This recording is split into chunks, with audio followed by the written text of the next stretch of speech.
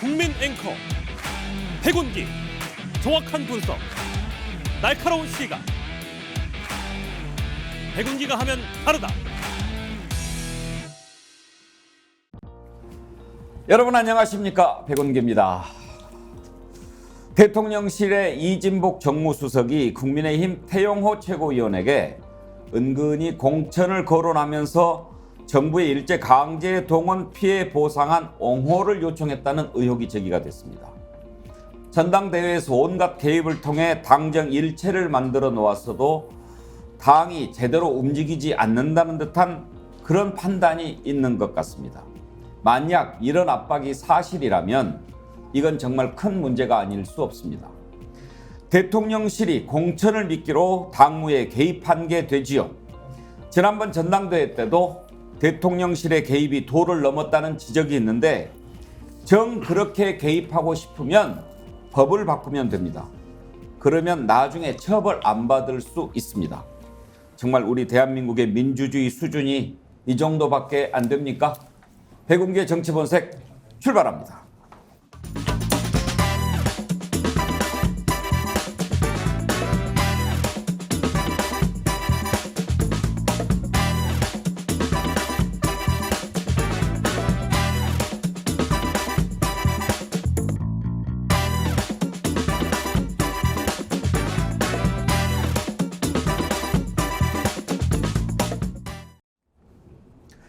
네, 새로운 생방송 백운기의 정치본색 함께할 네 분 패널 나오셨습니다.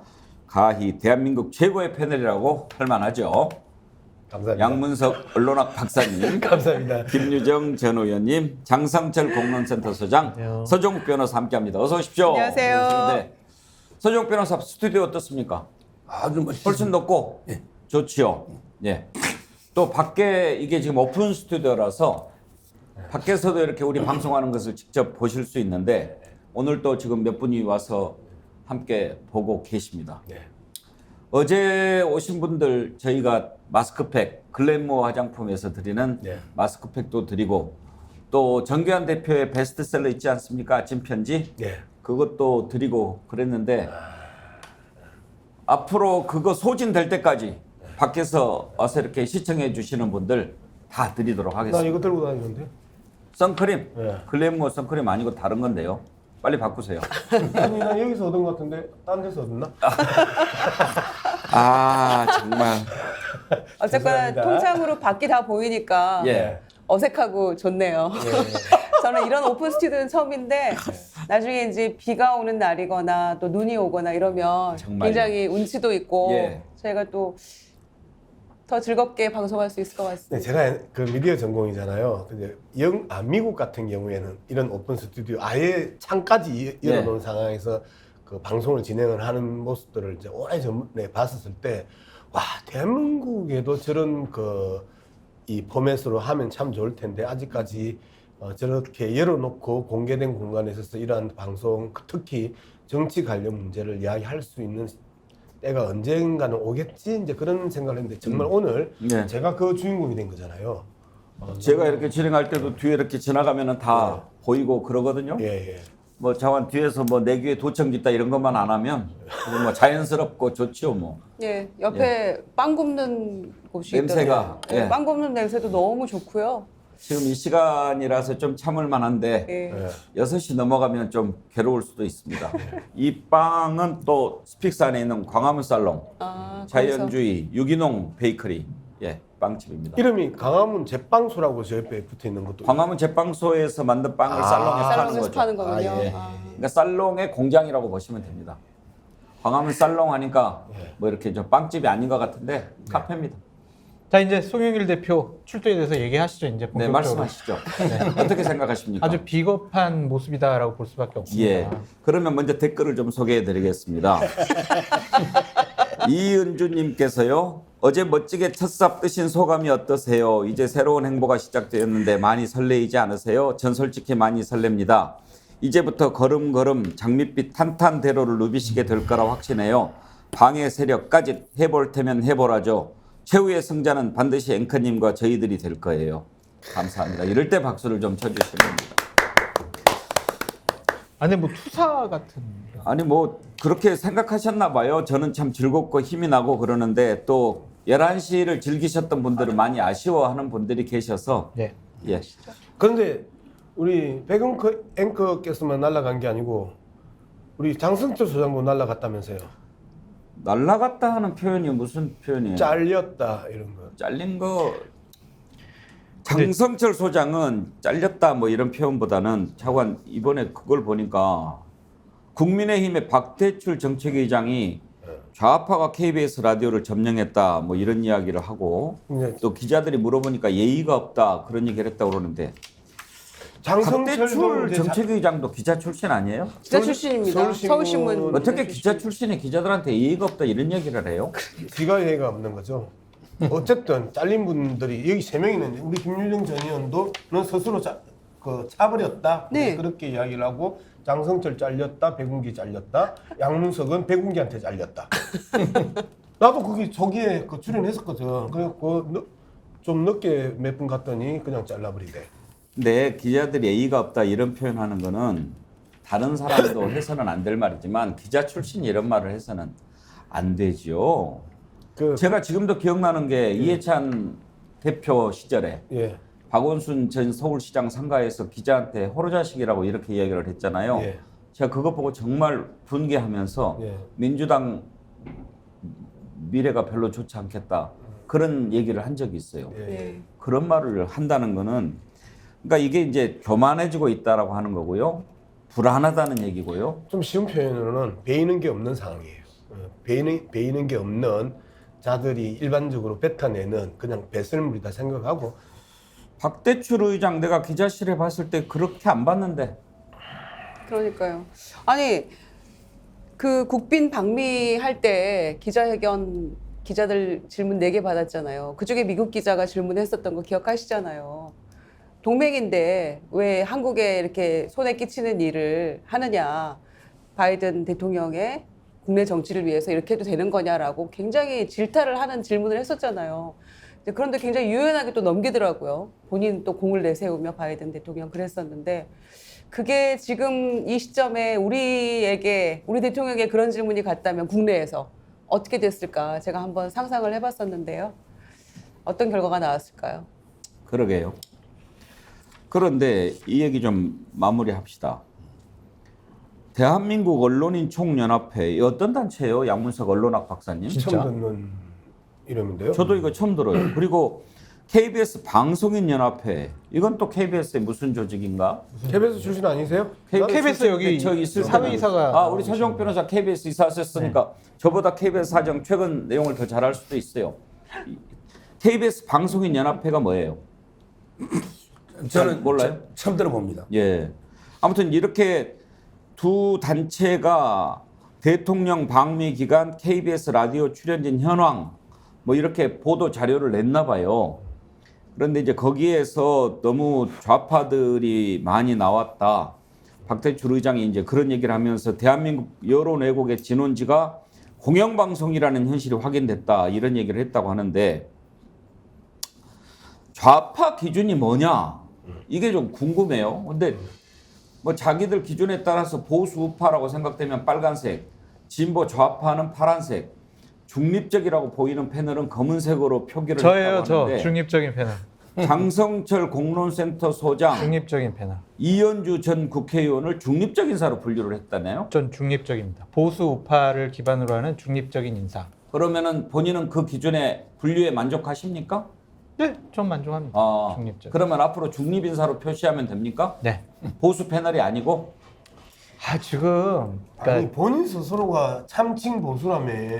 그것도 맞는 말인데 지금 보수가 전 진짜 보수라고 생각 안 하거든요. 예. 그래서 지금 그쪽 보수로 분류되는 것은 네. 그것은 좀 맞지가 않은 것 같아요. 그러니까 그들이 참칭 보수네. 그러니까 왜냐하면은 자기네 편을 들어주지 않으면 너는 보수가 아니야. 너는 우리 편이 아니야. 그런 식의 잣대를 들이대고 있잖아요. 그런 기준이 어디 있어요? 방송 세상에. 시작하기 전에 서정우 변호사가 제발 좀 그런 식으로 이야기하지 말라고 장성철 소장한테 확실하게 보수 기반으로 중도를 확장하라고 이야기하더만 그런 식으로 이야기하니까 서정욱이 잔소리를 하는 거예요. 근데 저는요, 진짜 제가 하고 싶은 말 하고 싶은 말 하기 위해서 지금 방송하는 건데 예. 너는 우리 편 아니니까 넌 방송 출연을 안 시킬 거야. 불이익 줄 거야. 너는 우리 쪽에서 너를 배제할 거야. 그런다고 그래서 제가 거기 눈치 보면서 할 생각 없어요. 편하게 근데 직장 다니면 되죠. 오늘 이 자리가 뭐 멀리 가서 쳐다볼 게 아니고 현재 윤석열 정권의 언론관에 실질적인 피해자 세 사람이 앉아 있는 거잖아요. 이렇게. 예? 그 마지막 마무리 발언을 백운기 앵커께서 여러분들이 생각하는 그것 때문에 하차합니다. 그렇게 말씀하셨잖아요. 여러분들이 생각하는 양문석이 생각하는 정확한 표현은 그게 아닌데 제가 네. 그 얘기는 지금 별로 하고 싶은 아니 얘기가 근데 아니고 지금 그 현재 언론 상황을 지금 우리가 평가하는 거잖아요. 박대출의 발언에 의해서. 그런데 저는 박대출한테 정말 묻고 싶어요. 기자들이 예의가 없다. 예를 들면 어떤 행태가 예의가 없는지를 이야기를 해야 될 거 아니에요. 기자들이 예의가 없다는데 자 그러면 LA타임즈의 그 기자는 정말 자국의 대통령에게 윤석열 정권에서 보면 싸가지 배바가지지 그러면. 그리고 워싱턴 포스트의 윤석열 대통령과 인터뷰했던 그 기자는 국힘당이 주어가 없다니까 녹취록 파일을 풀어버렸단 말이에요. 그러면 진짜 싸가지 배바가지지. 근데 미국에서는 왜 이런 이야기가 안 나오죠? 그리고 우리나라 기자들은 아무도 그런 질문을 못 하죠? 그러한 행태들을 왜 못 보여주죠? 그러니까 기레기 소리 듣는 거예요. 보도를 잘못했었을 때 보도를 잘못했다고 지적하는 거고 예의 문제, 싸가지 문제를 가지고 오는 건 하늘과 땅 차이거든요. 여러분 싸가지라는 표현은 이니 예지 4개를 싸가지라고 합니다. 저 하나만 말씀드리고 싶은 게 뭐냐면 그 예의가 없다라는 거 있잖아요. 이회찬 당시 대표가 그런 얘기 했을 때 저 정말 비판 많이 했거든요.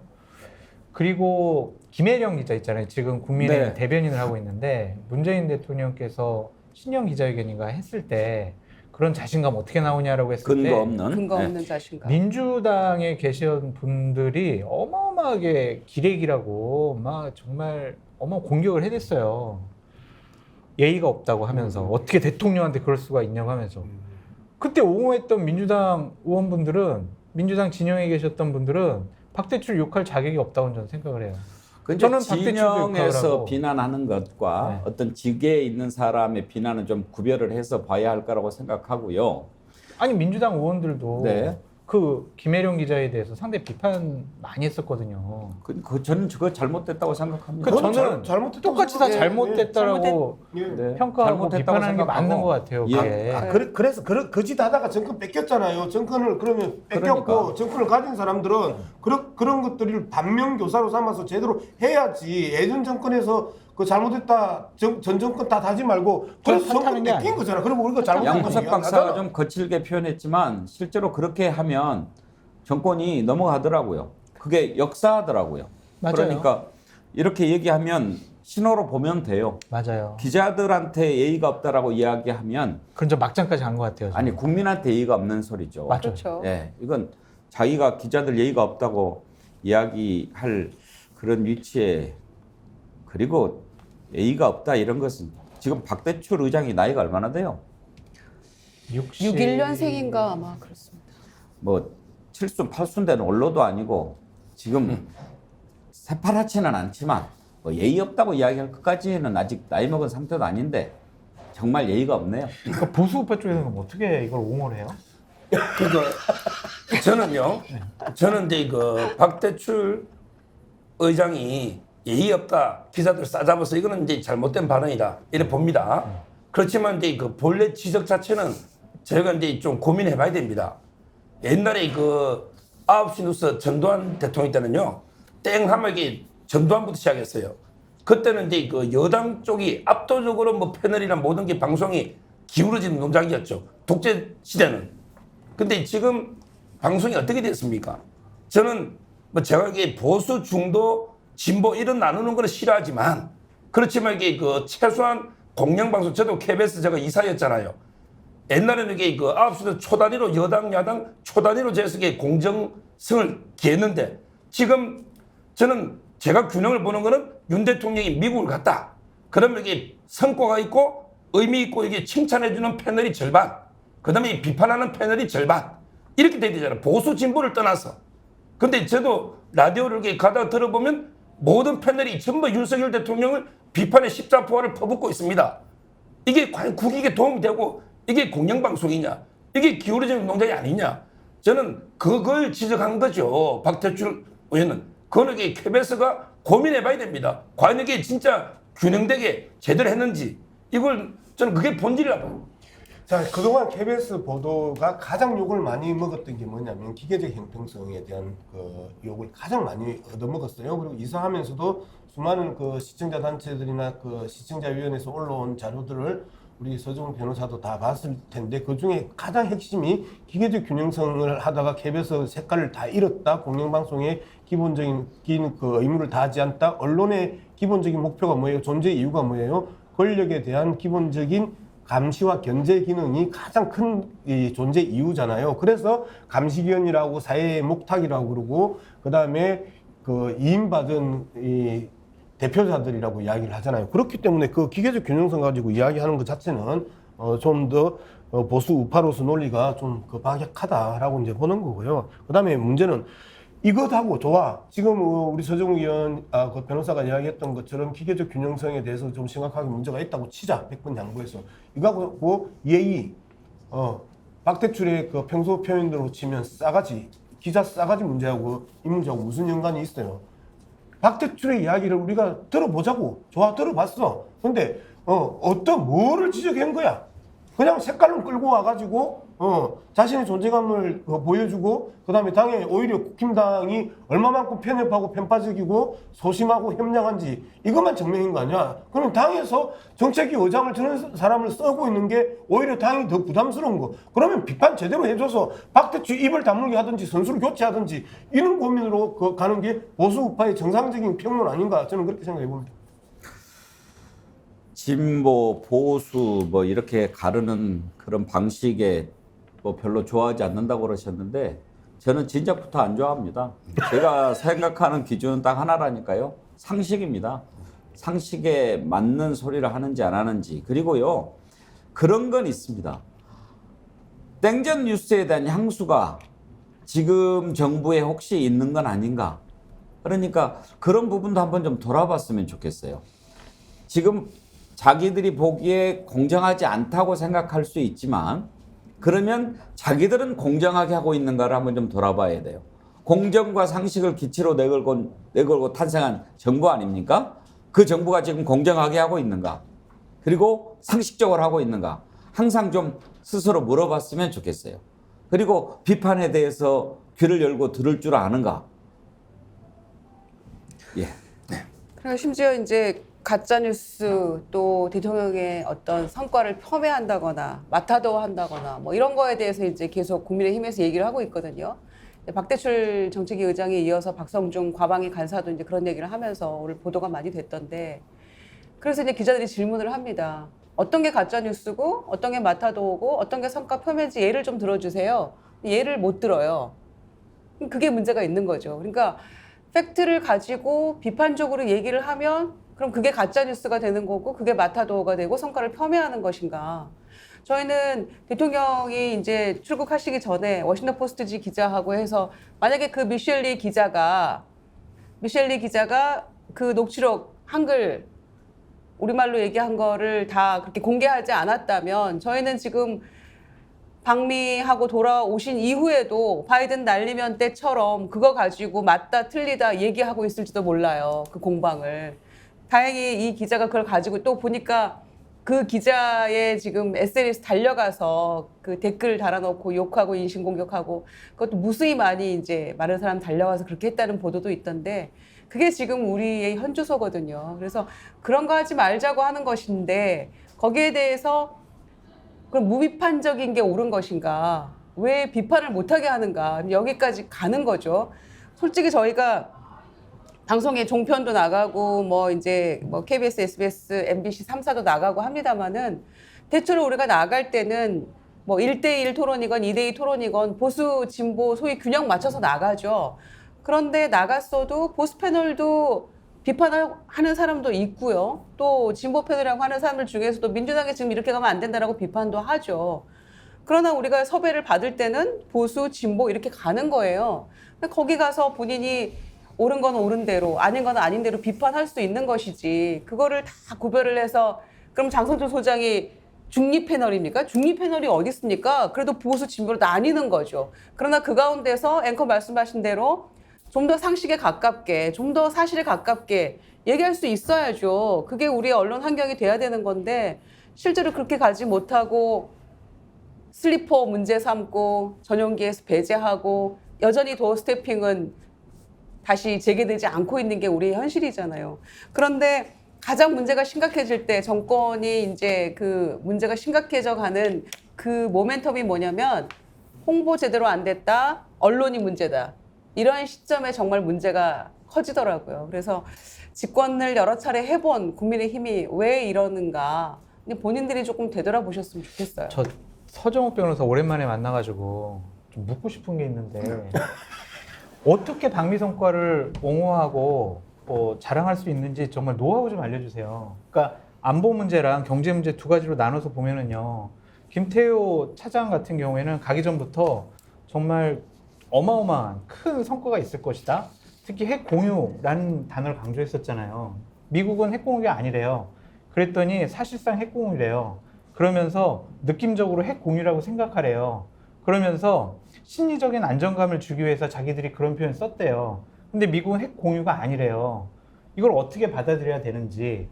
그리고 IRA나 반도체법과 관련해서 많은 기업인들이 이거만큼은 좀 배려를 받아야 된다라고 했어요. 그랬는데 언급조차 안 했다라고 기사가 나오고 있잖아요. 그러면서 대통령실에서는 뭐라고 하냐면 바이든이 어쨌든 배려해 주기로 했으니까 기다려봐 이래요. 우리는 133조를 투자하기로 했어요. 그러면서 대략 7조 정도 투자를 받아요. 경제적인 성과 뭐가 있다고 우리가 자랑스럽게 생각을 해야 되는지, 어떻게 방미 성과를 우리가 홍보를 해야 되는지 저 알려주세요. 나 정말 모르겠어요. 능력이 없어서. 제가 이제 한 말씀 드리면요. 지금 이제 방미 성과를 자꾸 이렇게 폄훼하고 하는 게 전 네 집단이 있다 봐요. 네 집단인데 첫째는 북한, 그다음에 중국, 그다음에 민주당, 그다음에 그 국민의힘 내에서 참칭 보수 분탕 들치는 유승민, 이준석 이런 자들 이렇게 네 집단이 있는 거예요. 다섯 집단인데요. 근데 문제는 누구나게 모든 걸 균형 있게 볼 수 있는 게 아니에요. 사람은 누구나게 자기가 보고 싶은 것만 보고 듣고 싶은 걸 듣습니다. 그렇게 저도 마찬가지예요. 저도 사람이니까 제가 이게 보고 싶은 걸 보고 듣고 싶은 걸 듣다 보니까 이게 차이가 있는 거죠. 예를 들어 이번에 핵 합의가 저는 사실상 디펙트 사실상 공유다. 이걸 이게 저는 상당히 의미를 부여하는 거죠. 그러니까 이게 북한이 강력 반발하고 중국도 이게 반발하는 거예요. 이게 아무것도 없는 껍데기라면 북한에서 그냥 웃고 말지 반발할 이유가 없단 말이에요. 잠깐만요. 미국이 사실상 핵 공유 아니라고 계속 얘기하잖아요. 제 말은 이게 미국이 말하는 핵 공유는 자기들이 최종 버튼은 대통령 가방과 집무실이 있다는 뜻이고, 우리는 이제 그만큼 이게 서로 협의하는 신뢰를 가지고 이런 걸 사실상 지적하기 때문에, 그러니까 이게 북한과 중국이 강력 반발하는 거 아닙니까? 그다음에 경제도 마찬가지예요. 분명히 그 바이든 대통령은 이게 배려하겠다고 했고, 그리고 이게 정상회담에서 시시콜콜 모든 걸 할 수는 없는 거죠. 그러면 이게 나중에는 실무회담도 있고 또 이게 기업들끼리도 있잖아요. 어떻게 처음 가서 정상이 딱 얼마 뭐 하고 이게 다 할 수 없잖아요. 저희가 볼 때는 이게 첫걸음 신뢰를 쌓은 것만 해도 큰 자산인데. 그럼 처음부터 그렇게 얘기했어야죠. 아니 근데 처음부터 이제 기대감을 이렇게 엄청 높여놨잖아요. 우리 서정욱 변호사 이야기를 조목조목 좀 따져봐야 돼. 뭘 폄훼했을까? 핵 공유가 아니라고 이야기하는 게 폄훼인가? 아니 민주당은 폄훼한 거 맞죠. 왜냐면 처음에 회담하기 전에 무슨 불종 애견이 뭐 조금만 이야기하면 안 될까요? 핵 공유가 아니라고 한 거는 지금 그 서정욱 변호사가 이야기했던 북한, 중국, 민주당, 유승민 그룹들이 아니고요. 가장 먼저 이야기한 건 미국이에요. 그 다음 날에 핵 공유가 아니라고 미국 정부가 공식적으로 발표한 게 핵 공유가 아니라고 이야기한 거예요. 그죠? 두 번째, 핵 협상 그룹은 이제까지 매년 몇 차례의 외교부에서 하던 거예요. 미국하고 하던 건데, 지금 이거를 가지고 대통령이 제1의 성과라고 지금 이야기를 했는데, 대통령이 우리나라만 격을 높여서 외무부 장관의 그 책임하에 진행됐던 핵 협상 그룹이 대통령이 책임지는 핵 협상 그룹으로 올려놨던 거 이것 빼고는 뭐 없어요. 그다음에 북한이 중국이 강력하게 반발을 해요. 북한 중국 반발을 이제까지 본 적이 없었어요. 북한은 유일하게 윤석열 대통령 모질이라고 한마디인 거 빼고 아무것도 없어요. 근데 양문석 박사님, 아니 잠깐 북한과 중국이 이 내용을 정확하게 알고 있기 때문에 이거는 아무것도 의미 있는 결과가 아니기 때문에 북한이 반발하지 않는 거예요. 제가 무슨 말씀을 드리려고 하냐면 예. 지금 토론의 주제가 그게 아니거든요. 지금 우리가 하는 게 미국 방문 성과를 평가하는 자리가 아니고 장성철 소장이 이제 중립적인 인사로 분류가 되면서 우리가 이 정부의 언론을 지금 다루는 얘기가 지금 토론의 주제거든요. 그런데 거기에서 이제 장성철 소장이 서정욱 변호사한테 이런 경우에 내가 어떻게 그러면 보수 입장에서 할 수 있는지 좀 가르쳐 달라.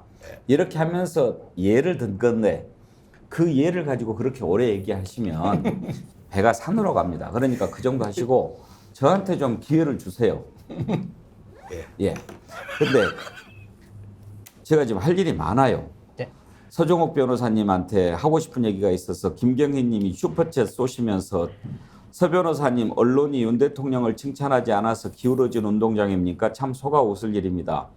이 정부가 뭘 잘하는 게 있어야 칭찬을 하지요. 이런 걸 주셨는데 근데 저는 좀 그 다른 분하고 서종옥 변호사하고 다른 게요. 이렇게 프로그램을 진행하면서 보수 패널이 막 그 방미 성과라든지 뭐 또 국민의힘의 뭐 여러 가지 비판받을 만한 일들에 대해서 막 나름대로 방패를 막 삼으면 보면서 너 참 애쓴다 이런 생각이 드는데 서종욱 변호사한테는 그런 생각이 안 들어요. 애쓴다가 아니고 그렇게 생각하겠구나. 그런 맞아.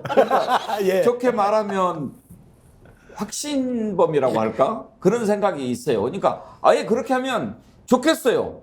그냥 저렇게 생각하는 사람도 분명히 있구나. 진심이구나. 진심이구나. 근데 제가 보기에 또 다른 패널들은 느껴져요. 자기 마음은 아니면서 내가 있는 위치가 처지가 이러니 어쩔 수 없이 뭐 실드를 쳐야지. 그런 게 느껴진다고요. 근데 서정욱 변호사처럼 진짜 그렇게 확신을 갖고 이야기하는 사람들이 실제로 보수 패널에도 그렇게 많지가 않아요. 예. 예. 저는 이제 뼛속 깊이 제가 보수라는 게요. 제 좌우명이 그래요. 워낙 제가 이게 가난하게 자라서 근데 보통 가난한 사람들이 진보가 많잖아요. 예. 근데 저는 고등학교 학비가 없어가 상고를 가더라도 제 좌우명은 이게 내갈 길은 내가 개척입니다. 저는 이게 국가가 내한테 퍼주는 것도 싫고 언제 보수가 됐어요, 근데? 저는 어릴 때부터 제가 이게 정치를 처음 할 때부터 김영삼 대통령 그다음에 김대중 대통령 좋아했어요. 정치 처음 할 때. 예. 그러니까 저는 국가가 이게 나한테 퍼주는 것도 싫고 아니 김대중 대통령이 보수입니까? 아니 김영삼 대통령부터 좋아하고 근데 양김씨가 그때는 합쳤을 때니까 민추협하고 제가 80년대 정치를 처음 알았기 때문에 그때는 이게 제가 박정희 대통령보다 좀 김영삼 대통령 좋아했었는데 근데 문제는 이제 그 이후에 제가 계속 책도 읽고 공부를 하면서 뼛속 깊이 철학적으로 저는 이제 보수가 된 거죠. 국가가 내 걸 뜯어가지도 말고 퍼주지도 말고 이게 저는 최소한의 정부가 가장 좋은 정부다. 어떻게 보면 과거에 18세기 야경 국가 있잖아요. 이게 제 소신이기 때문에 보수가 되는 거예요. 알겠습니다. 진도 나갑시다. 자, 어제부터 많은 분들이 슈퍼챗을 쏘아주시는데요. 감사드립니다. 오인경 님도 슈퍼챗 2만 원 보내주셨고요. 어제 나나님께서 첫날 10만 원 슈퍼챗 쏘아주셨는데 저희가 소개를 못 드렸습니다. 뒤늦게 감사의 말씀 드리겠습니다. 앵커님 저 한 번만 더 예. 한 번만 말씀드릴게요. 이번 회담을 하면서 김태호 차장이 되게 눈높이를 올려놨거든요. 이번 정상회담은 동맹의 새로운 획을 긋는 중대한 역사적인 전환점이 되는 정상회담이 될 거라고 했어요. 그랬는데 오늘 대통령께서 국무회의에서 뭐라고 했냐면 이건 하나의 시작이다라고 얘기를 하세요. 역사적인 전환점과 하나의 시작, 이거 뭐가 말이 안 맞고 대통령께서 오늘 국무위원들에게 뭐라고 말씀하셨냐면 밖에서 듣기 거북한 훈수도 국무위원들 너희들 들어봐라 이렇게 얘기를 하세요. 그런데 지금 국민의힘에서는 방송에서 자기네들 편 들어주지 않는다고 좌파 패널 낙인 찍고 이거 쫓아내야 된다라고 하잖아요. 대통령의 말씀과 참모들의 얘기, 당의 얘기가 다 달라요. 누구 편을 들어서 어떤 입장에서 옹호를 해야 되냐고요. 저 정말 답답해요. 그런데 해답을 좀 주세요. 저 가르쳐 주세요. 정말 답 좀 주세요. 네, 진짜 그럼 나 어떻게 하면 서정국 변호사처럼 확신을 가질 수 있는지 그 얘기라도 해주시든지. 저도 이게 그 비판할 수 있고요. 제가 이제 윤석열 대통령 저도 비판 많이 합니다. 근데 그 비판할 때도 애정을 가지고 비판을 하느냐? 정말 이게 근본적으로는 윤석열 대통령 정권의 성공을 바라고 윤 대통령이 성공해야 나라가 성공하는 거 아닙니까? 정권이 잘못 나가면 이게 우리나라가 뭐가 좋은 일이 있겠습니까? 아니, 그러니까. 그래서 애정 어린 비판과요. 그냥 윤석열 대통령이 믿고 이게 완전히 그냥 탄핵당하고 도저히 내려오고 이게 그냥 망했으면 좋겠다. 이런 게 비판은 들어보는 사람이 알아요. 제가 이게 윤 대통령 비판하면 아마 기분 좋게 들을 겁니다. 근데 장성철 소장이 하면 이게 기분이 나쁜 거죠. 왜 항상 그러니까 칭찬하는 게 없으니까 그게 문제죠. 아니 칭찬도 많이 했어요. 많이 했는데 이제 서정훈이 들어본 적이 없는데. 상대적으로 이제 그 비율이 조금 비판의 비율이 높으니까 그러지 실제로 비판도 근데 많이 이게 했고 칭찬도 많이 했죠. 메시지가 다 달라가지고 헷갈려요. 진짜 저 같은 사람이 뭘 말을 하기가 어려워요. 그러니까 이제 솔직히. 이를테면 핵 공유 이런 느낌적 느낌 느껴보세요 이런 거잖아요. 지금 우리가 얼마나 잘하고 왔는지 느껴보세요. 잘 생각해 보면 우리가 실질적으로 핵 공유하고 있다는 거를 느끼실 수 있을 겁니다. 김태우 1차장이 이제 계속 나와서 브리핑을 하다가 이제 너무 비판을 받고 또 미국에서 그 다음날 바로 이제 그거 아니다라고 반박을 세게 해버리니까 이제 갑자기 할 말이 없어져서 선수가 교체가 된 거예요. 조태영 안보실장이 그동안에는 마이크 앞에 안 서다가 딱 전면에 서서 이제는 이렇게 얘기를 했잖아요. 핵 억제 동맹을 업그레이드 한 거다. 이 말도 어려워 죽겠어요, 저희는. 예, 이은주님이 팁을 주시네요. 장 소장님, 서 변호사님 아무래도 방송 끝나고 한잔 하시면서 토론하시는 게 좋을 듯이요. 아, 정말 좋은 친구예요. 예, 오늘 그렇게 하십시오. 존경하고 사랑하는 친구. 네, 자 그러면 상식적인 패널 세 분과 중립적인 상식 패널 한 분 이렇게 한번 토론을 시작해 봅시다. 방송 시작한 지 30분이 지나서 첫 번째 이슈를 다루게 됐습니다. 자, 이진복 정무수석이 태영호 최고위원에게 실제로 그렇게 전화를 했을까요? 만났다고 그랬죠. 만난 만나서 거는 인정을 했어요. 만난 것은 인정을 했어요. 이진복 정무수석이 내 방으로 찾아왔다. 그렇게 얘기를 했기 때문에 만난 것은 맞는 것 같아요. 뭐라고 얘기를 했는지 태영호 의원이 했던 얘기를 또 누가 녹취를 했습니다.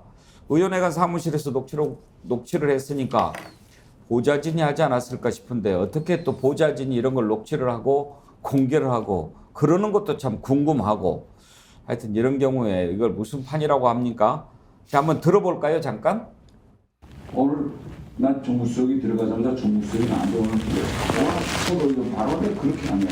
민주당의 한일관계 가지고 대통령 공격하는 거 최근에 적어서 한마디 말하는 사람은 뭔가 나 그런 식으로 최고위원하면 안 돼.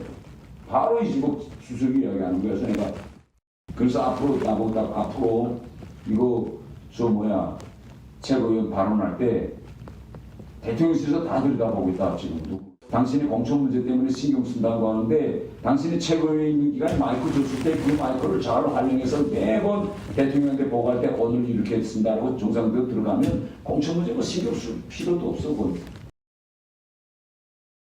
자, 태영호 최고위원의 목소리는 맞는 것 같습니다. 자, 그러면 이제 저게 어떤 문제가 있는지 한번 짚어볼 텐데 먼저 중립적인 상식 인사 장성철 소장 몇 가지 궁금한 거 하나 짚어봅시다. 네. 의원회관에서 지금 저 녹취가 됐다는 거죠? 네. 누구한테 한 얘기로 혹시 파악이 됐습니까? 보좌진들한테 한 거죠. 보좌진들. 그러니까 의원실이 있고 보좌진들이 근무하는 방이 따로 있어요. 예. 저는 의원실에서 보좌진들 모아놓고 회의했을 때 보좌진 누군가 한 명이 녹취를 한 것을 언론사에 제보한 것 같습니다.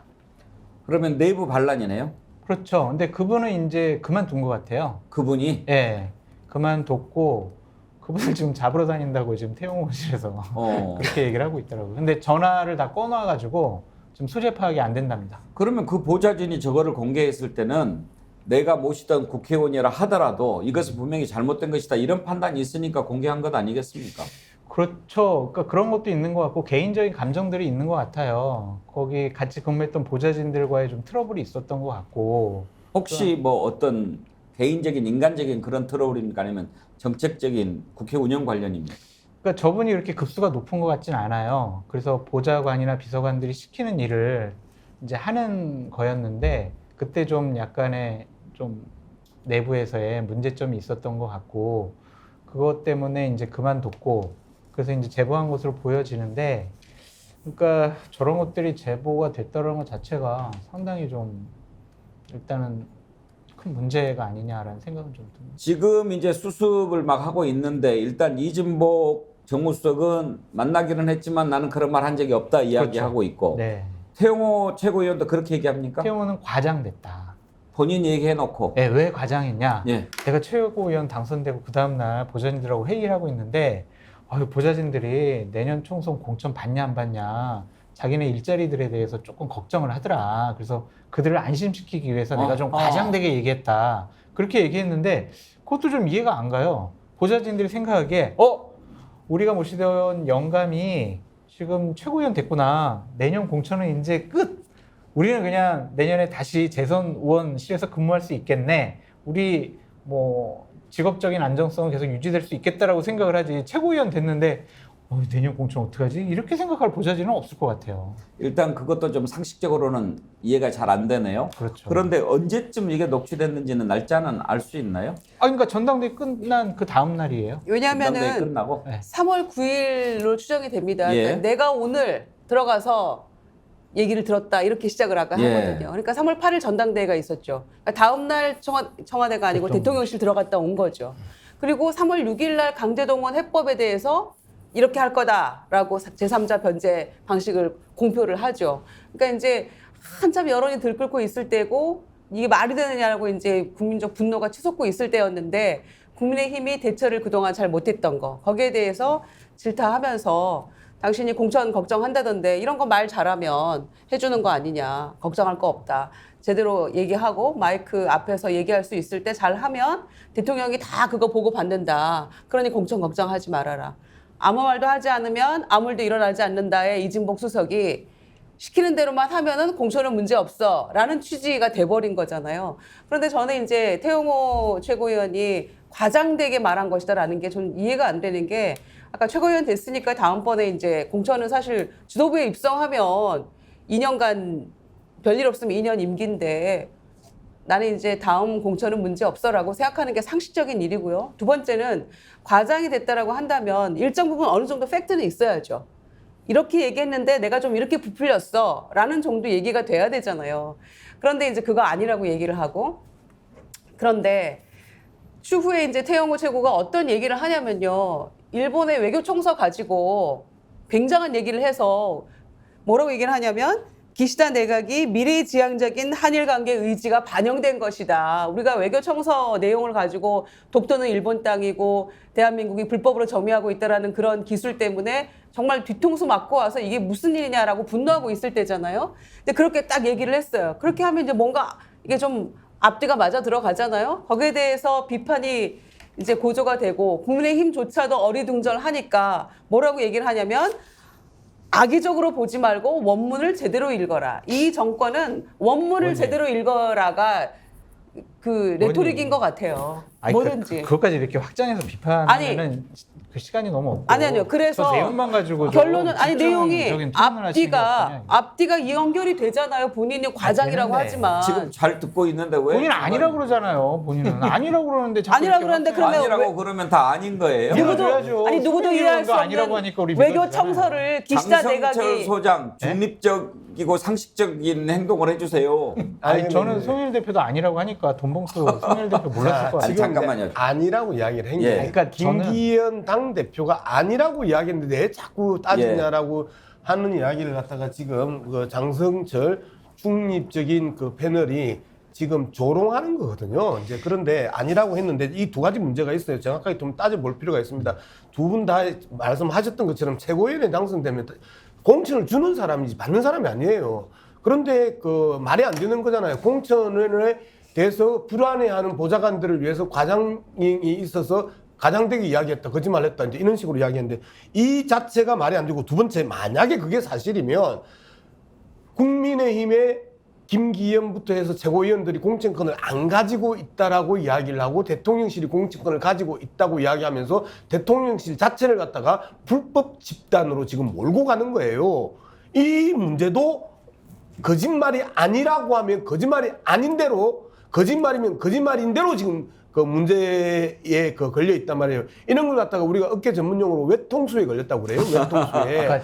자, 그리고 이제 심지어 형이 그만 얘기해, 이제. 공정한 그 아니, 그만해, 이제 패널에서 그만. 조롱하잖아요. 아니라고 하는데라고 김기현이 이야기한 걸 갖다가 지금 장성철 그 공정한 패널께서 조롱을 해버리는 당 거잖아요. 대표가 아니라고 하는데 또.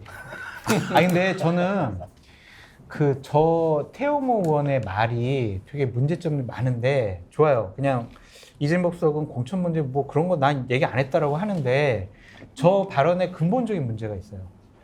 태용호 의원은요 당원들의 투표로 해서 뽑힌 선출직 당 최고위원이에요.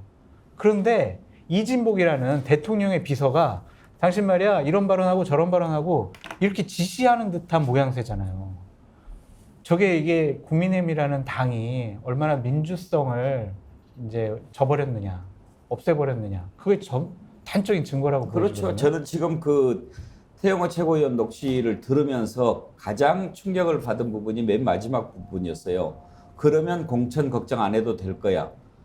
지금 공천을 대통령이 준다는 얘기로 하고 있잖아요. 그건 아니라고 하니까 아니 100번 양보해서 그런데 어떻게 대통령 비서가 당원들에게 뽑힌 선출직 최고위원한테 그렇게 지시를 하냐고요. 그거는 기라고 이야기를 했어요. 지금 아니, 전부 다 공천- 아니라고 부인하는데 뭐 공천은 아니라고 장성철 꼭 집어서. 소장은 어떨 때는 김기현 소장 뭐 이제 대표 얘기하고 자 서정욱 변호사 얘기 들어봅시다. 저 만약에 이게 사실이라면 잘못된 거죠. 뭐 저는 이제 보통 그 양비론 이야기하는데 저는 삼비론 세 명 다 이게 문제가 있다 봐요. 예. 삼비론 처음에 그 녹음해서 이제 폭로한 보사진도 저는 문제 있다 봐요. 저는 핸드폰 녹음하는 방법을 몰라요. 이런데 그 몰래 녹음해가지고 퍼뜨리는 거 있잖아. 저는 비열한 짓으로 봅니다. 아무리 이게 양심선은 폭로도 아니잖아요. 뭐 의인 공익 신고자도 아니지 않습니까? 이런 걸 이렇게 다 녹음해서 폭로하면 사람을 어떻게 믿고 어떻게 허심탄회하게 대화를 하겠습니까? 저는 보사진이 문제고 그다음에 제일 큰 문제는 그다음은 태영호도 문제죠. 왜냐하면 이게 태영호 의원이 설령 이게 그 이진복 수사는 들었다 한들 이걸 이게 왜 보사질하는데 그걸 과장해서는 이게 왜 이야기합니까? 본인 알고 있으면 되지. 이게 보사질하는데 할 말 못할 말을 구별도 못하는 의원 아닙니까? 지금 이제 어차피 징계 해부됐는데 이게 징계 사유 하나 저는 추가로 봅니다. 대통령 수석이 한 말을 어떻게 보사질하는데 그대로 다 전달하느냐 말이에요. 이 자체가 이게 입이 가볍거나 잘못된 거 아닙니까? 저는 태영호도 이게 문제고, 그 다음에 그 이진복 수석도 이게 문제죠. 왜냐하면 이게 과장은 일부 된지 모르지만 전체 취지는 맞을 겁니다. 아마 이게 뭐 태영호 의원이 소설이야 못 쓰잖아요. 그렇다면 이게 이진복 수석이 아마 태영호 보고 이게 최고위원 할 때 좀 강하게 야당 좀 비판해. 뭐 이 정도는 이게 했을 수도 있고요. 뭐 공천 이렇게 직접적으로 언급 안 했더라도 뉘앙스로 그러면 이게 뭐 나중에 잘 안 되겠냐 이런 뉘앙스로는 했을 수 있거든요. 이거는 이게 또 정치 개입이 될 수도 있는 거죠. 그래서 저는 세 명 다 문제가 있다 이렇게 보는 거예요. 그러면 이제 서정욱 변호사 말씀 들어보면 네. 사실일 가능성이 더 높다. 그렇게 생각하는 게 상식적이다. 이런 말씀이시죠? 그럼 이게 태영호가 소설가는 아니잖아요. 외교가이지. 예. 소설가가 아니고 외교관이니까 이랬을 것이다. 그렇다고 한다면 3비론이 아니라 4비론이 돼야 되는 거 아니에요? 누구요? 이런 참호를 쓴 대통령도 문제 있는 거 아닙니까? 대통령이 직접 관여했다는 증거는 없으니까 사비로 하면 김기현 대표 좀 문제가 있네요. 지금 좀 묻어두는 게 좀 제대로 이게 조사해서 진상을 밝혀야지 그냥 묻어둘 건 아니잖아요. 아니 이진복 수석이 김기현 대표 참호는 아니잖아요? 당의 대표니까 이런 걸 이렇게 그냥 시시하면서 묻을 게 아니고 이진복 수석이 실수를 한 게 이게 처음이 아니잖아요. 본인은 실수라고 생각을 안 하잖아요. 지난번 일도. 네, 그건 실수라고 볼 수는 없고 제가 한 가지만 좀 사실관계를 바로잡을 게 있는데 그 보좌진이 이거를 녹취한 거 문제고 폭로한 것도 문제다라고 하는데 녹취를 하게 된 이유가 있어요. 그 방 분위기예요. 그러니까 태용호 의원이 얘기하는 내용을 조사 하나 틀려서는 안 되는 거예요. 그러니까 적어서도 안 되는 거예요.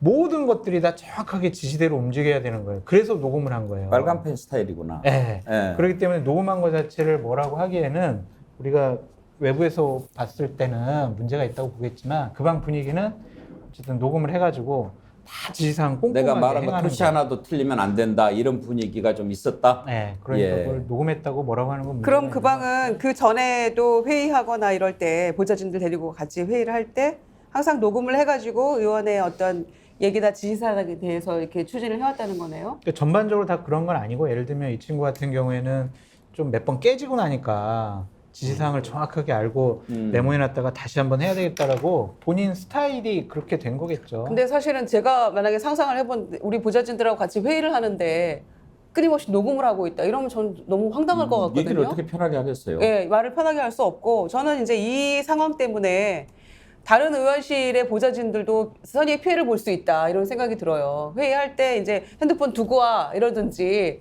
다 뭐 끄든지 뭐 이런 식으로 회의를 하게 될 것 같고 의원들이 더군다나 총선 앞두고 굉장히 살얼음판일 텐데 이런 거 저런 거 하나도 믿고 회의조차 할 수 없는 얘기조차 할 수 없는 그런 상황이 다른 의원실에서 분명히 일어날 수 있다 이런 생각이 듭니다. 한 가지만 더 말씀드리면 태용호 의원의 일상 생활과 태도와 판단과 인식이 우리 대한민국 국민들이 어렸을 때부터 교육받아왔던 상식적이고 합리적인 것과는 상당히 달라요.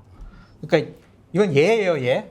그냥 예로 말씀드리면 우리는 다 중국 식당 갔어요. 그래서 나는 짜장면, 짬뽕, 뭐 볶음밥 이렇게 먹잖아요.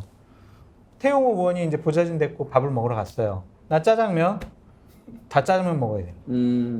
아니 내가 지금 짜장면 먹기로 했는데 니들이 짬뽕을 먹어? 그러니까 이런 예로 설명을 해드릴 수가 있어요. 그러니까 어떤 분위기인지, 예. 북한의 그런 권위주의적인 예. 그리고 일방적인 것이 몸에 아직도 배어 있는 것 지금도 같아요. 뭐 몇몇 설화 일으킨 사건들 보면 아직도 그런 것에서 좀 못 벗어나는 모습이 예. 보이긴 합니다. 그래서 우리가 그 방을 이해하려고 하거나 왜 태용 의원이 저렇게 판단하고 행동을 하지라고 합리적으로 우리가 판단하기는 어려워요. 해석하기도 어려워요. 대체로 이렇게 직원들이 상급자 발언을 녹음을 하는 경우는 크게 두 가지예요. 그렇게 토시 하나도 뭐 지시사항을 뭐 놓쳐서는 안 된다. 막 그렇게 할 때 최순실 같은 경우가 이제 정호성 그런 거 아니에요? 비서관이요. 그때 비서관 누구죠? 정호성 비서관. 정호성. 예. 예. 그 녹음한 게 바로 이제 그런 경우고 맞아요. 또 한 경우는 말이 막 앞뒤가 다른 사람들이 있어요. 분명히 이렇게 얘기를 해놓고 나중에 전혀 막 다른 말 했다고 내가 언제 그런 말 했어 막 이렇게 성질내고 막 그런 사람들이 있어요. 그러면 녹음을 안 할 수가 없어요. 물론 그거 갖고 나중에 아니 이렇게 얘기했지 않습니까 하고 따질 수는 없지만 그래도 막 그런 경우가 많으면은 대체로 이제 녹음을 좀 하기는 하죠. 근데 장성철 소장이 이제 국회 사정 잘 아시니까 태용호 의원실 분위기 설명하니까 이해는 좀 되네요. 네. 근데 이제 지금 뭐 저마다 뭐 말 잡아떼느라고 바쁜데 양문석 박사 이럴 때 이제 상식이 필요한 거 아니에요? 상식적으로 봤을 때 혐의가 매우 짙지요? 아니 이거는 상식적으로 봤을 때 사실에 가깝다고 이제 보는 거고 그리고 저는 김기현 대표의 그 태도가 가장 심각하다고 봐요. 아니래잖아 라고 이야기를 했죠. 아니래잖아. 그런데 이 이야기의 배경이 공천 문제 때문에 아니래잖아 였잖아요. 보좌관한테 설명을 그렇게 이야기했대잖아. 그러면 태영호가 보좌관한테 자신의 공천의 불안을 느끼는 보좌관들한테 설명한다고 가정했다라고 이야기하는데 아니래잖아라고 이야기를 하면 자신 스스로가 공천권을 가지지 못하고 있는 것을 하나 증명하는 그 이야기일 수도 있고. 그러면 그다음에 민주당이 돈봉투 아니라고 그러면 아니래잖아 하고 믿어주시는 분인가? 제 말이 이제 그 이야기를 제가 하려고 이제 하는데 지금 빌드업하고 있는데 지금 안 해요 이제. 빌드업. 그 얘기 하려고 그런 거였어요? 빌드업하고 있는데 지금. 빌드업 토론으로 지금 네. 김기현 대표가 무슨 얘기를 하겠습니까? 지금 그 처지를 좀 알고 얘기를 하세요. 아니 그래서 제가 계속 말씀드렸잖아요. 꼭두각시 그 당 대표가 최소한 한 번씩 생각하는 듯 하더니 다시 생각을 버린 거예요. 생각을 안 하는 거야 그냥. 확신범 상식인이 봐도 꼭두각시라고 얘기할 겁니다. 서정욱 변호사. 김기현 대표 꼭두각시라고 생각하십니까? 뭐 저는 이제 저번에 방송할 때도 공천은 청와대가 대통령실이 할 수밖에 없다. 이렇게 몇 번 말씀드렸죠. 현실이에요, 현실. 그런데 뭐 어떻게 포장을 해도 권력이라는 건 이게 그 부자지간 해도 못 나누는 거예요. 근데 제가 아까 말씀드렸듯이 그렇게 하면 위법이잖아요. 그러니까 이제 그러니까 법을 만들어야 되잖아요, 그러니까 이제 차라리. 그 위법이 안 되도록 안 걸리도록 하면서 하는 게 필요한 거죠. 아니 그게 필요한 거예요. 이게 옹호하는 거냐고 이게. 그 공천 개입해가지고 박근혜 전 대통령 2년 받은 거 아니에요. 그런데 그 수사했던 사람이 윤석열 당시 검찰총장 아닙니까? 아, 우리가 잠시 후에 이상민 크리에이터 나오는데 중앙지검장이었나요? 서종 변호사가 더 재밌네. 그런 상황인데 이걸 몰래 그냥 하면 된다라는 식으로 넘어갈 수 있나요? 태영호 최고위원의 과장이었어. 이건 과장이었어. 그럼 우리는 과장이었다는 느낌을 받으면 그냥 넘어가면 되는 아니, 근데 건가요? 집권 여당의 당대표가 나는 얘기하니까 내가 보기엔 믿어주세요. 서정욱이 장성철보다 더 나빠. 이 대통령실 저는 이제 그 대통령실 눈으로 보면 차라리 맨날 그 조지기만 하는 장성철보다 대통령실이 연미기는 거는 오히려 서정욱이야 지금. 아니 옛날에 그 우리 그 서정욱 변호사. 예. 제 말은 이게 그 누구부터 형님 방송 아까 뭐 그렇습니다. 장성철이가 나보고 형님 할 때는 아무 말도 안 하더니 저는 이제 옛날에 전두환, 노태우, 뭐 김대중, 김영삼, 뭐 이명박 누구든지 이게 공천에 초연했던 대통령은 없다. 저는 이제 그렇게 보는 거죠. 제가 현실을 이야기하는 거예요. 현실을. 그렇게 이제 법적으로 옳으냐 틀리냐 이건 또 다른 문제고 제 말은 이제 그 우리 현실에서 누가 과연 어느 대통령이 공천에 초연할 수 있느냐 이걸 지적한 겁니다. 불법적 공천 개입을 잡아내고 그걸 기소한 사람이 윤석열 대통령이에요. 아시죠? 안 걸리게 한다고 하잖아요. 뭘 자꾸 이렇게 뭐라고 하세요. 안 걸리면 된다. 안 들키면 범죄가 아닙니까? 저 개인적으로는요 박근혜 대통령 이제 2년 받은 게요 저는 좀 잘못됐다고 봐요. 왜냐하면 이게 대통령이 1호 당원이잖아요. 당비도 제일 많이 냅니다. 그렇다면 이게 저는 오히려 또 옛날 당 총재 시절부터 과연 이게 대통령과 당이 하나가 돼서 오히려 이게 저는 공천에 공개적으로 정치에 당이 개입할 수 있도록 하는 게 입법적으로 바람직하다 봐요. 그러니까 지금 서정욱 변호사는 한마디만 진짜 예. 자 박근혜가 2년 그 불법적 공천 개입으로 그 2년 받은 거 잘못됐다. 그럼 어느 놈이 잘못된 거예요? 그 기소한 사람이 잘못된 거 아니에요? 그럼 윤석열 대통령이 잘못된 거잖아요. 그런데 윤석열 대통령을 저렇게 옹호하고 있는 서정욱 변호사가 윤석열 대통령을 지금 욕하고 있는 거야. 그러니까 더 나빠. 저는 윤석열 대통령이 다 잘했다고 안 합니다. 옛날에 검찰총장 될 때 제일 반대한 칼럼 쓰고 반대한 사람이 접니다. 그렇기 때문에 그건 따로 봐야 되죠. 제가 모든 걸 윤석열 대통령이 다 잘했다고 하는 게 아니잖아요. 그때 왜 반대하셨나요? 그때는 이게 저는 권력의 충견으로서 예. 보수 우파 인사들 대통령 2명부터 이 국정을 다 잡아였잖아요. 예. 그때는 이게 저는 검찰권이 아주 남용이 되고 있다. 예. 권력의 충견으로 그래서 제가 반대한 거예요. 그런데 지금은 왜 지지하십니까? 지금 이게 그 정치라는 건 차악입니다. 지금 이게 민주당 이재명이나 이런 데 대표나 이런 데 그 보다는 윤석열 대통령이 그나마 저는 이재명 대표보다는 잘한다 봐요. 이재명 대표는 이게 진실성이 안 보여요. 아, 그런데 윤 차악이라서? 대통령은 나름대로 이게 거짓말을 안 하는 사람 같아요. 차악이라서 어쩔 수 없는 선택을 할 때는 선택을 할 수 있지만 지지하는 것과 비판하는 것은 또 다르지 않습니까? 그렇습니다. 차악으로 선택했지만 잘못하고 있으면은 비판해야죠. 잘못한 건 비판해야죠. 네. 근데 왜 그래서 나한테 지금- 뭐라 그래요? 비판하면. 아니 잘한 것까지 비판하니까 아니, 서정욱 변호사는 잘못한 걸 비판해야죠. 서정욱 변호사는 한 번씩 비판을 하는 거고 장성철은 매일 비판하니까 그러지. 아니 이재명 대표는 대통령을 안 해봤는데 잘할지 못할지 어떻게 알아요? 해봐야지 아니, 아는 느낌적으로 거죠. 보면은 딱 뭘 알아요. 느낌적으로 해요. 느낌적으로 보면 얘기했다가 못할 것 다 같아요. 느낌적으로 핵 공유도 하는데 뭐. 됐잖아요. 그런데 뭐, 느낌적으로 핵 공유도 하는데. 대통령 해보지도 않았는데 네, 잘할지 못할지 어떻게 알아요? 딱 서정욱 알아요. 변호사가 율사신데 이 법인지 감수성에 조금 문제가 있으신 것 같습니다. 우리가 그런 일로 처벌을 하는 것은 다시는 이런 일을 못하게 하기 위해서 경고를 하는 거지 않습니까?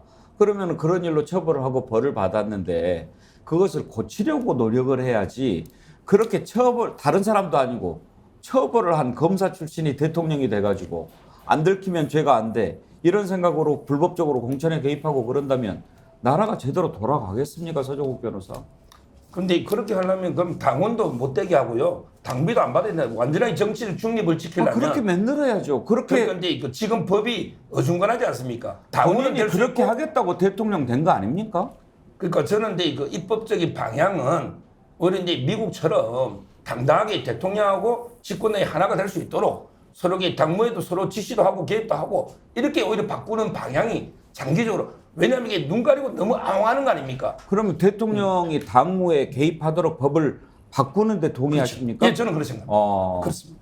그렇게 하는 것이 옳지 않다고 생각하기 때문에 법으로 금지해 놓은 것이 아닐까요? 물론 이제 대통령제와 의원 내각제의 절충도 많기 때문에 의원 내각제는 그대로 같이 책임지잖아요. 저는 충분히 그 당무 개입할 수 있도록 법을 바꾸는 것도 대통령제에서 가능하다. 제가 알기로는 미국 대통령도 공화당이나 민주당이 다 모든 행사 다 하지 않습니까? 너무 이게 저는 법을 이상적으로 만들어내는 게 현실하고는 거리가 있다 봅니다. 저는 아니, 아까 그거는- 앞부분에 너네들 벌 안 받으려면 법 만들고 그런 일을 해라 이렇게 얘기한 건데 실제로 그렇게 생각하시니까 김주정 의원 법을 안 바꾸고 시행령으로 하면 되잖아요. 시행령으로 할 수 있지 않아요? 그럼 민주당이 반대할 거잖아요. 아니 해버리잖아요. 우리가 반대해도 막 해버리잖아요. 시행령으로 다 해버리잖아요. 그리고 우리 법이 시행령이구나라고 민주당은 느끼고 있어요. 지금 1년 동안. 이런 토론을 사회 보기 참 힘들겠다. 아니, 대단하십니다. 더군다나 양문석 박사, 서정욱 변호사 두 분은 제가 진짜 한번 이렇게 좀 붙여보고 싶은 분인데 그동안 시간이 안 맞아서 오늘 화요일 날 이렇게 드디어 매치가 이루어져서 저는 아주 기대가 되고 기쁜데 역시 덕택에 많이 웃었습니다. 근데 오늘은 이제 시간이 다 돼서 그 토론을 못하지만 언제 기회가 되면 대통령의 당무 개입 법으로 허용하는 것이 옳은가 아닌가는 한번 깊이 있게 토론을 해봐야겠습니다. 우리가 지금까지 그렇게 못하도록 하는 이유가 있지 않겠습니까? 그것이 더 민주주의를 지키는 일이라고 생각했기 때문에 그러지 않았겠습니까? 근데 지금 이제 서정욱 변호사는 어떻게 보면 이렇게 지금 이게 이렇게 되면은 법이 위반인데 이렇게 하는 사람이 아예 많으니 이거는 법 위반이라고 하지 말고 준법으로 바꿔버리자 지금 그런 얘기잖아요. 그렇습니다. 그래요. 그래도 오늘은 의미 없는 토론 가치도 느껴집니다만 또 한편으로는 아 우리가 생각이 어디까지 다를 수 있구나라는 걸 저는 좀 느꼈어요. 그러네요. 그래서 예, 예. 그래서 그런 점에서는 또 한편 유익했다 이런 생각도 들고요. 아 이렇게까지 차이가 날 수 있구나. 왜냐하면은 대통령이라는 게 이제 관습적으로 좀 뭐 개입해 왔다는 거 알지 않아 이런 차원이 아니고 공무원의 정치적 중립이라는 차원에서 뭐 열린우리당이 잘 됐으면 좋겠다는 한마디로 탄핵 국회에서 탄핵당하고 이런 우리는 대통령도 가지고 있잖아요 역사적으로. 그런데 이런 거에 대해서 점점 정치적으로 부끄러움을 모르는 상황으로 가고 있는 게 아닌가. 저는 이거에 대해서 어떻게 죄의식도 없이 그냥 다 누구도 해왔던 거 아니야? 라는 걸로 다 과거 이런 법을 묵살하고 이런 방향으로 가면 안 되는 거 아닌가요? 이 정치 발전이라는 게 조금씩이라도 한 걸음씩이라도 나가야 되는데 이거는 과거로 계속 후퇴하는 건데 이거를 서면 회사님이 그렇게 얘기하시니까 제가 좀 이해가 안 됩니다. 사실 오늘은. 저는 오늘 방송에 큰 소득이 있습니다. 제가 능력이 부족해가지고 윤석열 정권을 옹호를 하지 못하는 것은 아니냐 그렇게 생각을 했는데 서정욱 변호사의 뭐 얘기를 들어보니까 뭐 거의 비슷한 것 같다. 제가 보수 참칭이나 아니면 뭐 좌파 패널로 아니면 국민의힘 쪽에서 욕먹는 것은 제가 그렇게 크게 신경 안 써도 되겠구나라는 심리적인 안정감을 얻어갑니다. 아니 정말 그 서정욱 변호사가 어떻게 보면 귀한 토론 주제를 던져주신 셈인데 그럼 궁금해서 하나만 물어봅시다. 서정욱 변호사는 지금 대통령의 권한이 헌법상 우리나라 대통령의 권한이 지나치게 막강하다고 생각하지 않으십니까? 지금요. 예. 뭐 저는 크게 그 제왕적 대통령 뭐 이런 이야기는 하는데요. 막상 이게 보면 실질적인 그렇게 권한은 크지 않다고 저는 봐요. 지금 우리가 상당히 하다못해 같은 대통령제인 미국하고 이게 비교해 보더라도요. 우리가 이게 미국 대통령보다 특별하게 뭐 권한이 더 있는 게 뭐가 있습니까? 의회를 지금 해산할 수도 없고 뭐 제가 보기에 특별한 권한이 없거든요. 지금 이게 하다못해 집권당이 공천 하나 개입한다고 해서 구속되고 처벌되면 이게 말이 됩니까? 저는 그거는 현실하고 안 맞다 봐요. 집권당이라는 게 연대 책임이거든요. 운명 공동체예요. 그러면 이게 공천에도 떳떳하게 투명하게 개입하래요. 그죠? 투명하게. 그리고 이게 국민한테 투명하게 심판받으면 되잖아요. 서정욱 변호사하고 토론하면 상당히 재미있겠어요. 이렇게 각이 확실하니까 토론하기는 좋을 것 같은데 이것도 아니고 저것도 아닌 분들이 제일 토론하기 힘들잖아요. 그거보단 나은데 느낌은 아, 나를 왜 쳐다봐요? 나중에 한번 토론 한번 붙여보려고. 초현실주의적인 그런 느낌. 왜냐하면 현행법이 엄연히 그렇게 안 되도록 되어 있는데 주장을 하시니까. 근데 우리 김유정 예. 의원이 이제 우리 서정욱 변호사하고 토론을 안 해봤어. 아, 해봤습니다. 아 그래요? 네네. 저하고는 몇년 동안 같이 했기 때문에 서정욱 변호사의 이 정신 세계를 제가 좀 알거든요. 자, 오늘 여기까지 해야 되겠는데요.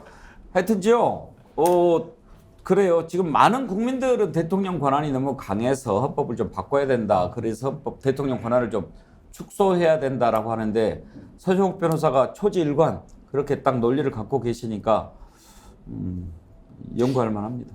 좀 묘하게 이게 설득이 되는데요. 설득되죠. 아, 정말 그렇다니까요. 다른 분이 막 하면 애쓴다 그러는데 서정욱 변호사 보면은 맞는 것 같기도 하고. 맞는 참. 것 같기도 네. 하고. 근데 서정욱 변호사가 대통령 되면 조금 문제는 있을 것 같아요. 예. 슈퍼챗 보문온다님 보내주셨고요. 레드님, 아이고 뭘 이렇게 또 많이 보내세요. 20만 원씩이나 보내시면은. 백운갱커님 찐팬입니다. 힘내세요. 불만이 쌓이면 정권이 바뀌는 지름길이죠. 여러분이 계셔서요. 저 하나도 힘 안 빠집니다. 힘나고 있습니다. 감사합니다.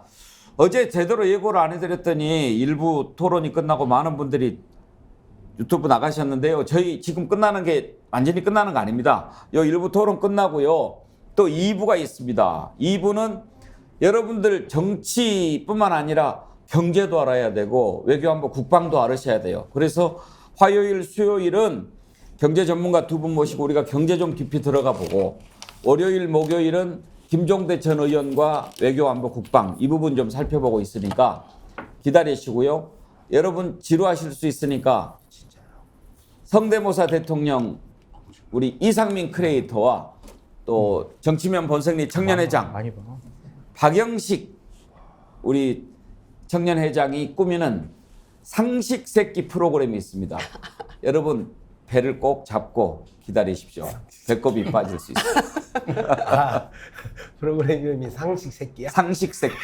그 착한 발음하기가 그러니까 힘드네요. 이상민, 박영식의 예. 이게서 상하고 식을 했는데 예. 제가 여기서 항상 강조하는 게 상식 아닙니까? 예. 그 상식 새끼. 그래서 우리가 오늘 그거를 처음 시작을 그러니까 합니다. 나쁜 새끼가 아니고 상식 새끼. 이놈 새끼. 예. 자, 오늘 네 분 여기까지 하죠. 고맙습니다. 감사합니다.